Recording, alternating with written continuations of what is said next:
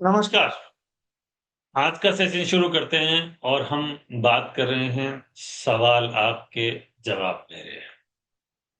यानी सवाल इसमें आप पूछेंगे और जवाब मैं दूंगा। तो अभी जब हम चिट चैट कर रहे थे तो मैडम ने एक बहुत बढ़िया सवाल पूछा। एक बार आप रिकॉर्डिंग पे सवाल पूछ लीजिए so that I can answer. Good evening sir. Good evening sir madam. मेरा सवाल है कि आपने हमेशा बताया राहु पर राहु का ट्रांजिट खराब, केतु पर केतु का ट्रांजिट खराब। पर आपने ये भी कहा कि राहु पर केतु का ट्रांजिट अच्छा और केतु पर राहु का ट्रांजिट अच्छा। तो कैसे अच्छा और क्यों अच्छा? यही मेरा सवाल कैसे अच्छा और क्यों अच्छा? ओके,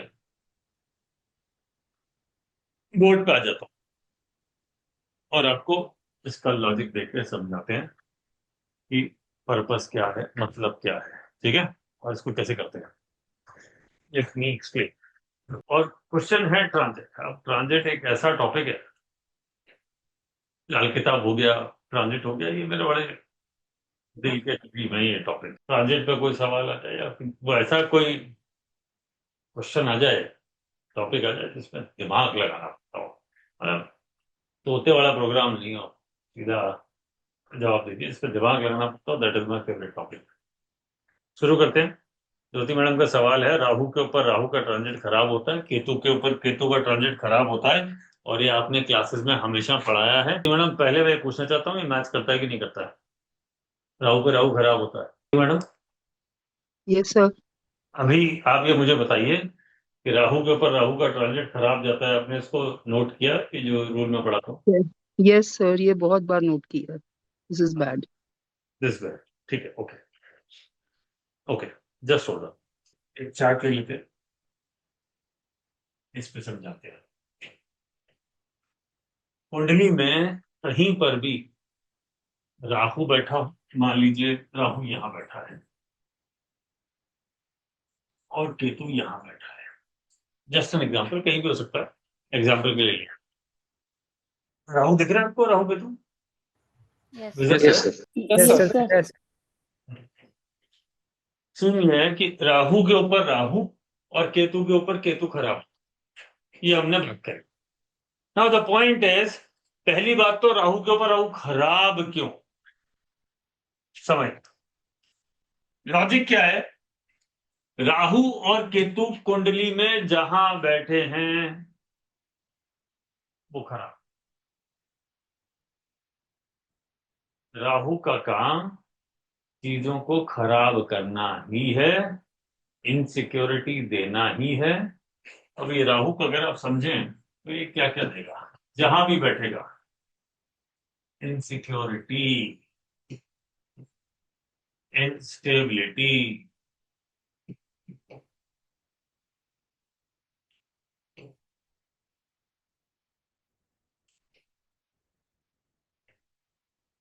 ठीक है, चैलेंजेस। लिखते जाइए,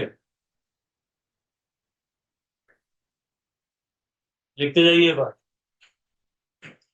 ये सब ये देने वाला है, क्या देगा? Insecurity, instability, challenges. ये होगा, प्रेशर रखेगा ये वाला हाउस आपको।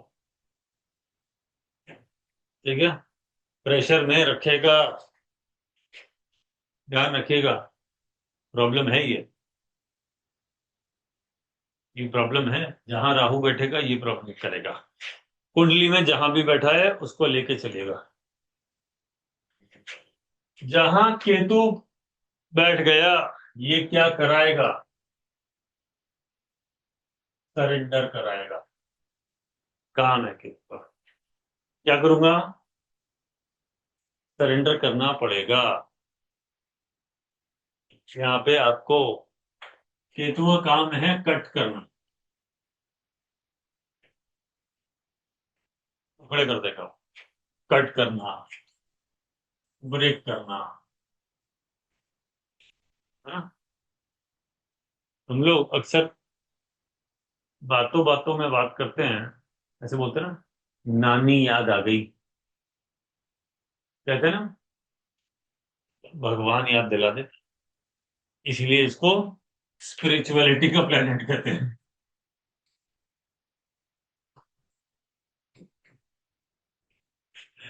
ये भगवान याद दिला देता है, जब ये केतु खराब होके किसी से सरेंडर कराता है तो क्या कराएगा? बोला, भैया भगवान ही याद दिलाऊंगा, इसलिए इसको स्पिरिचुअलिटी का कहा है। इस बात को याद रखिएगा। समझ गए? ओके, ठीक है ना? जी sir. Okay, now the point is, जब राहु के ऊपर ट्रांजिट का राहु आएगा, ट्रांजिट ब्लू कलर से बना रहा हूं,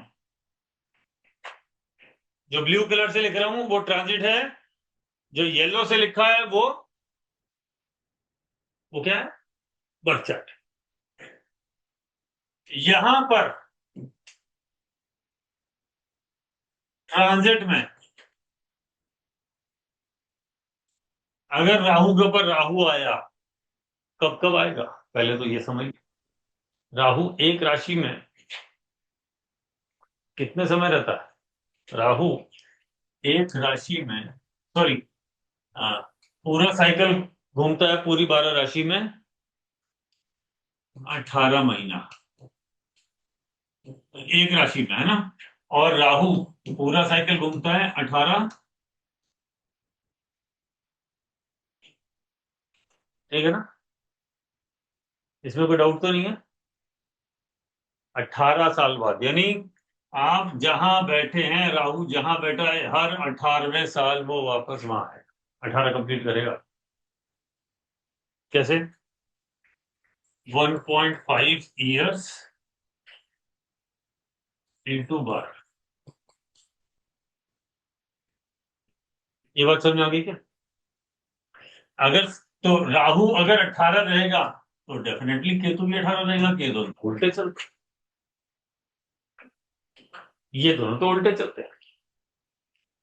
अब ये 18 साल बाद ऐसा क्यों करेगा? 18 ही क्यों, और खराब ही क्यों? तो 18 क्यों का जवाब तो मैंने दे दिया। जब भी, अब लॉजिक समझना, राहु जिस भी राशि से जाएगा, जिस भी राशि से ट्रांजिट में, उसको एक्टिवेट कर देगा। इस बात को नोट करो, लिखते जाना, कीप राइटिंग। राहु जिस भी राशि से जाएगा उसको एक्टिवेट कर देगा, ठीक है? इसी तरीके से केतु जिस भी राशि से जाएगा वो उसको एक्टिवेट कर देगा।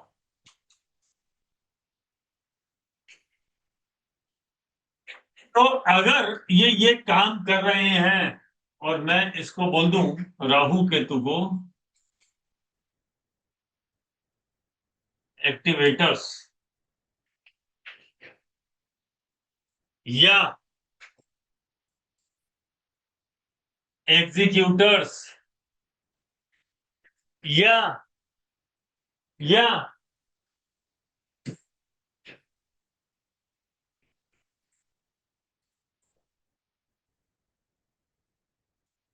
कार्मिक प्लैनेट्स,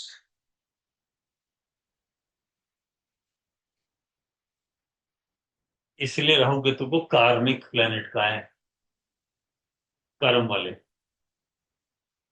क्यों का है? सैटर्न है किसका? कर्मा का देवता। सैटर्न है कर्मा का देवता। इसके इसके बाद दो चिंटू बिंटू है। कौन है दो? है चिंटू, पक्के ले गया, पानी लिया फटाफट। वो दो कौन है? एक का नाम है राव, एक का नाम है केतु, ठीक है? इसके ऑर्डर पे दोनों चलते हैं, ठीक? अब आप, ये सवाल है कि वो खराब ही क्यों करता है? भैया वो जहां बैठेगा उसको खराब ही करेगा, ये रूल है। तो इसका मतलब हर 18 साल में जब वो यहां पर आएगा, एवरी 18 ईयर जब वो यहां पर आएगा, तो आपका क्या करेगा, लिख के चलिए, पास लाइफ पेंडिंग कर्मा,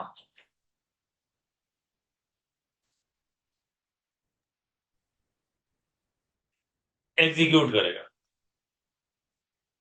तो फिर राहु केतु तो पिछले जन्मों के बुरे कर्मों का हिसाब के देवी देवता है, देवता है ना।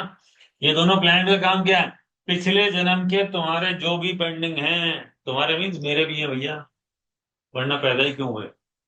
कुंडली में कहीं ना कहीं तो राहु हमारे बैठा है,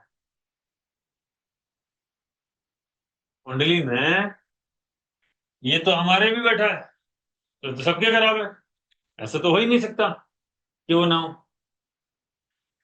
तो साहब वो बुरे कर्म जो हैं उसको एग्जीक्यूट करवाता है, क्योंकि क्या करेगा, वो राहु जिसके ऊपर से भी जाएगा उसको कहेगा on, switch on, Rahu means on, चलो ये काम पे लग। तो जिस प्लेनेट के ऊपर से जाएंगे उससे काम करवाएंगे, कार्मिक प्लेनेट है।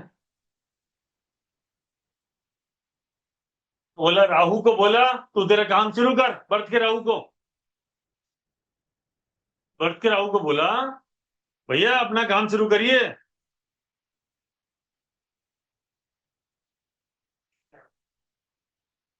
ठीक है, और राहु तो जब भी एक्टिवेट हुआ खराब ही करेगा,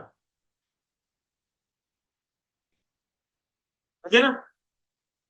राहु तो जब भी एक्टिवेट करेगा कुछ बिगाड़ेगा ही, बच ही नहीं सकते इससे। उपाय करके आप उसकी पोजीशन को, सिचुएशन को थोड़ा डाइल्यूट कर सकते हैं कि भैया तू जितना नुकसान कर रहा था हाथ थोड़ा हल्का रख, थोड़ा कम नुकसान कर। Past life pending Karma execution के लिए दोनों कार्मिक प्लेनेट को इस्तेमाल किया जाता है। ठीक है, ये प्लेनेट अपने काम कैसे कराते हैं हम उसकी बात करते हैं। ठीक है, अब आगे बढ़ते हैं। तो जब ट्रांजिट का राहु अर्थ के राहु के ऊपर से जाएगा तो बोलेगा बेटा तो काम करना शुरू कर, तेरा समय आ गया। अब ये जैसे ही ऑन हुआ, बोले सत्यानाश, अब बिगाड़ूंगा, छोड़ूंगा कुछ नहीं।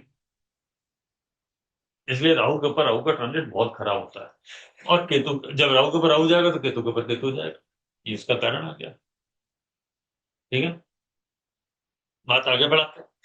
अब जो मेन क्वेश्चन था वो ये था कि राहु के ऊपर केतु और केतु के ऊपर राहु, अच्छा क्यों। ठीक है, अब हम बात कर रहे हैं ट्रांजिट के राहु के ऊपर केतु जाए और ट्रांजिट के वर्त के केतु के ऊपर से राहु जाए। ये है बर्थ की पोजीशन, ये वाली, और ये वाली है ट्रांजिट की। अब ये सिचुएशन कब आएगी, बोले हर 18 साल में, 18 ईयर्स, कि हमेशा उल्टा होगा।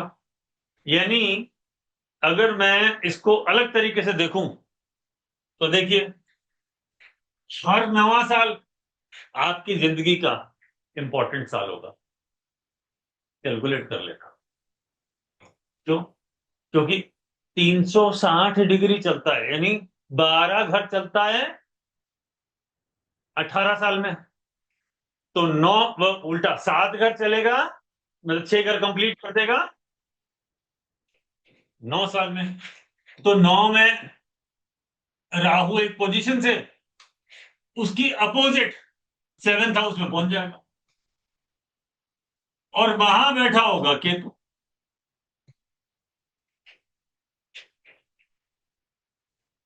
तो ये एवरी 9th ईयर आप अभी चेक करके बताएंगे मेरे को, अगर नवा साल पिछला खराब गया, जहां भी राहु बैठा है ट्रांजिट के रूल से पकड़िए, तो अगला नवा साल बहुत शानदार जाएगा, एटलीस्ट इनके मैटर। और कोई प्लेनेट ने उजाड़ मचा रखा हो तो अलग बात है, एटलीस्ट इनके मैटर में। अभी लॉजिक देके समझाते हैं। आज चार्ट में राहु यहां था और केतु यहां था, ठीक है। मैं आपको अप्रोक्सीमेट आइडिया दे रहा हूँ, हर एक की कुंडली में डिग्री अलग होगी, अप्रोक्सीमेट मोटा मोटा आइडिया है ना।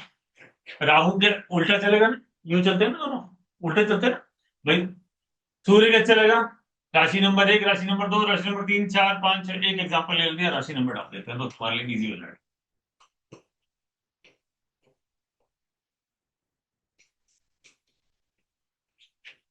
4 से उल्टा जाएगा 3 पे, 3 से 2 पे, ठीक है।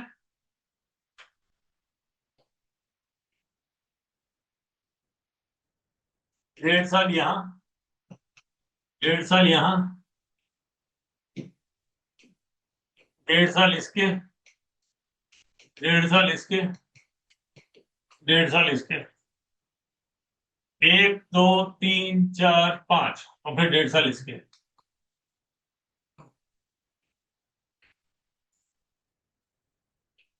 ठीक है, ठीक है। 1.5 इंटू 6 इक्वल्स टू 9, उल्टा हो जाएगा। उसके बाद क्या होगा, फिर यहां से इस तरफ घूमना शुरू करेगा, फिर डेढ़ साल इसके, फिर डेढ़ साल इसके, फिर डेढ़ इसके, डेढ़ इसके, डेढ़ इसके, 1, 2, 3, 4, 5, 6, ठीक है ना। तो ये 1.5 इंटू 6 इक्वल्स टू 9, तो 9, 9, 18, जहां से शुरू हुआ था 18 साल बाद वापस बनी।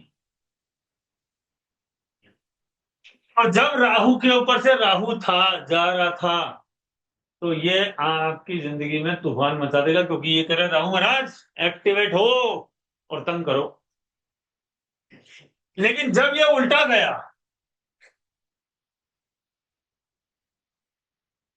केतु को बोलता है भाई जी रुक जाओ, तुमने जो तूफान मचाया अब शांत हो जाओ, तुम बैठो, है ना। और इधर क्यों आया है उल्टा, केतु के ऊपर राहु, थोड़ा शांत हो जाएगा। तो हर 9 साल, 9वां साल आपकी जिंदगी में बड़े बड़े परिवर्तन लेके आता है, एवरी 9th ईयर। कैलकुलेशन कहां से शुरू करोगे, जन्म से। अब इस बात को समझाते हैं, आप लोग जरा मुझे बताइए, आपने इसको टेस्ट किया, मैच करता है या नहीं। सर एक क्वेश्चन है सर। पहले मेरे क्वेश्चन का जवाब देंगे। Every 9th year your life gives you major changes. बीच में भी देरी होगी देने में, मैं तो राहु की तुलना, आप एक कैलकुलेशन कर लीजिए। यस सर, ट्रू है। जब आप उसके थे 9 साल के, सॉरी 1 साल के, यानी 0 to 1 वाला जो ईयर होता है, इसको 1 साल मानना है।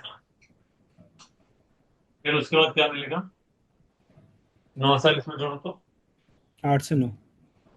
9 जोड़ लिया, मोटा मोटा 9, 9, 18, 27, 36, 48, 54, अरे यहाँ तक की कैलकुलेशन कर लें क्या। अपना अपना डेट ऑफ बर्थ निकालो, बर्थ का ईयर पकड़ो, महीने से महीने की कैलकुलेशन कर लेना, महीने टू महीना कैलकुलेट करना। अगर आपका बर्थ मान लो जून में आता है तो जून से जून, जुलाई में आता है जुलाई से जुलाई, दिसंबर में आता है तो दिसंबर से दिसंबर, कैलकुलेट करिएगा, बताइए। Every 9th year of your life there is a big problem और there is a big growth. Everything है, बोलिए। Sir, I can relate to 18 and 27. I'm currently 36. So, yes, I can relate that age of 18, there was a major shift in the way of my thinking. कर दो इसको. Sir? Yes. Yes, sir. Yes. And So, 27 also, there was a good growth in my life. 13 was pain. Yes, sir. 27 was growth. Yes, sir. 36 is the pain. It has been a little pain, sir. Yes, sir. नहीं, little है, ज्यादा है, वो problem अलग है. बाकी planet बैठे हैं. हम Sir. तो ये कह रहे हैं, this was pen, this was problem. This was good, sir. Sorry. अरे सॉरी, माय फॉल्ट सर. ज्यादा gain, Yes, sir. Pen Yes, लिख लेता हूँ. yes, sir. Pain and फिर gain, क्या sir. आया? पेन. Yes, sir. अब इसमें क्या आएगा? फिर गेन. Sir. इससे पहले 9 पे क्या हुआ था? गेन. 9 साल की उम्र आपको याद है क्या? Yes, sir. Yes, sir. वो गेन पापा को मिला. हाँ, पापा को ही मिला था.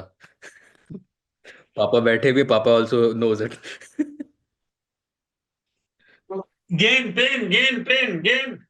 फिर यहाँ पे क्या मिलेगा? पेन. फिर यहाँ पे क्या मिलेगा? गेन. थीम समझ में आ गई आपकी जिंदगी की? Sir. हाँ, सीधा कैलकुलेशन है, लगाओ और देख लो.